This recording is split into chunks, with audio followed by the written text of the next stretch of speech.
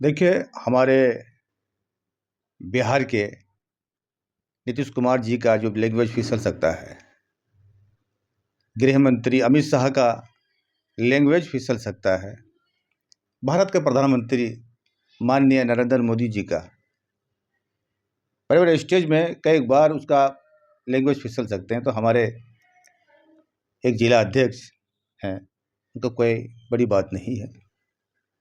कहना चाहते मिस्टेक से हुआ है। हाँ, होगा।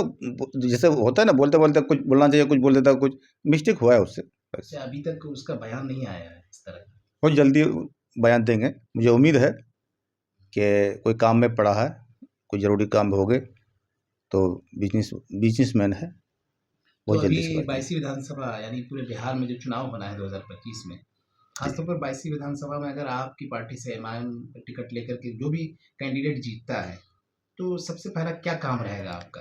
देखिए, मेरी लड़ाई विधानसभा वैसी ही नहीं, एमआईएम की लड़ाई सीमांचल की बदहाली की है। बदहाली ये है कि महानंदा कनकई पड़वान में 50-50 किलोमीटर की दूरी में पुल है।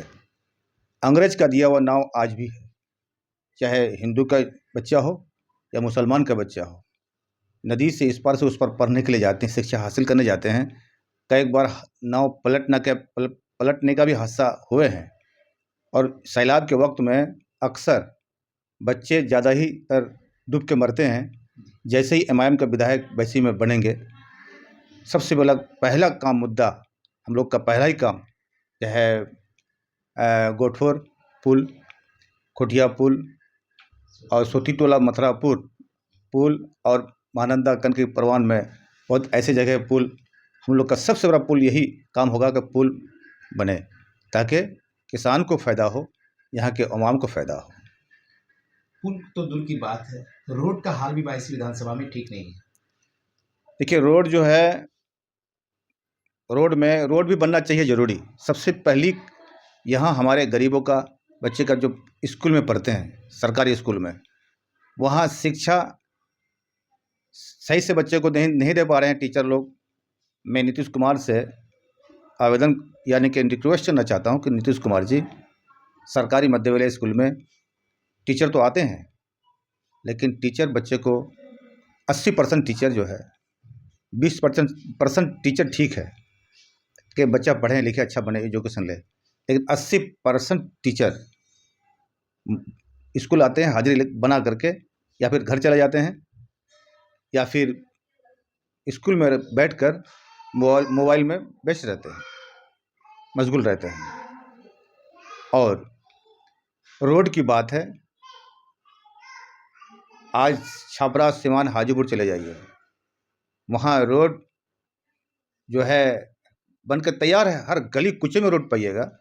लेकिन सीमांचल में आज भी आदमी रोड के लिए तरसते हैं, स्कूल कॉलेज और शिक्षा के लिए नहीं तरसते हैं। वहाँ के चले जाइए हाजीपुर नवगछिया की तरफ, बेगूसराय की तरफ, सिवान की तरफ जाइए, वहाँ रोड के लिए लड़ाई नहीं करते हैं, वहाँ लड़ाई करते हैं पक्ष विपक्ष, शिक्षा के लिए, नौकरी के लिए, और मेडिकल कॉलेज हो, डिग्री कॉलेज हो, इसी चीज़ के लिए वहाँ के लोग लड़ते हैं, सरकार से मांग करते हैं। हमारे यहाँ के लोग सिर्फ क्या मांग करते हैं? रोड, पुल पुलिया। लेकिन आखिर ऐसा क्यों है कि विधायक होने के बाद, एमएलए एमपी होने के बावजूद भी आपके सीमांचल में रोड का हाल ठीक नहीं है, नदी कटाव का मसला हल नहीं है? हम लोगों को, यहाँ के सीमांचल के लोगों को सदियों से लूटते आया है। आरजेडी हो, कांग्रेस हो, चाहे जेडीयू हो, सदियों से लूटते आया। यहाँ के लोगों ने सरकार से कभी सवाल नहीं किए, सिर्फ वोट देना जाना। यहाँ के लोग सिर्फ वोट देना जानते हैं, सरकार के खिलाफ बोलना नहीं जानते हैं। अगर जो कोई बोलते हैं तो उसके ऊपर मुकदमा ठोस देते हैं, उसके ऊपर मुकदमा कर देते हैं, झूठी केस में उसको फंसा कर जेल में सराते हैं, और यही लोग को गुमराही में रखते हैं। यहाँ के लोग डर के मारे नहीं बोलते सरकार के खिलाफ। मैं उम्मीद करता हूँ कि एमआईएम पार्टी सीमांचल में आए हैं लोगों को जगाने के लिए, कि आओ एक साथ होकर के चलिए और हमारे साथ दो, और देखिए कि सीमांचल कैसे विकास करेंगे। जब तक एमआईएम को मजबूत नहीं कीजिएगा, यहाँ विकास होने वाला नहीं है। आपकी पार्टी से विधायक बनकर अगर आते हैं तो क्या रोड का हाल सही हो जाएगा? मैं उम्मीद करता हूँ कि अख्तरुल इमान साहब का देन है अभयपुर घाट, खारी घाट, खारी पुल, अभयपुर पुल, रसेली पुल के आज अगर अख्तरुल इमान साहब अमौर से विधायक बने हैं तो बहुत चीज़ का सुधार हुए हैं। अगर हमारे 4 विधायक नहीं भागते, 4 विधायक एमआईएम के नहीं भागते आरजेडी में, तो मैं उम्मीद के साथ कह रहा हूँ कि सीमांचल की जो तस्वीर बदले हुए देखते। एमआईएम पार्टी जो है गरीबों का पार्टी है, मजलूमों का पार्टी है, दलितों का पार्टी है, अल्पसंख्यकों का पार्टी है। यह पार्टी किसी जात पात की नहीं है। नाम महफूज आलम, ब्लॉक प्रेसिडेंट एमआईएम बायसी।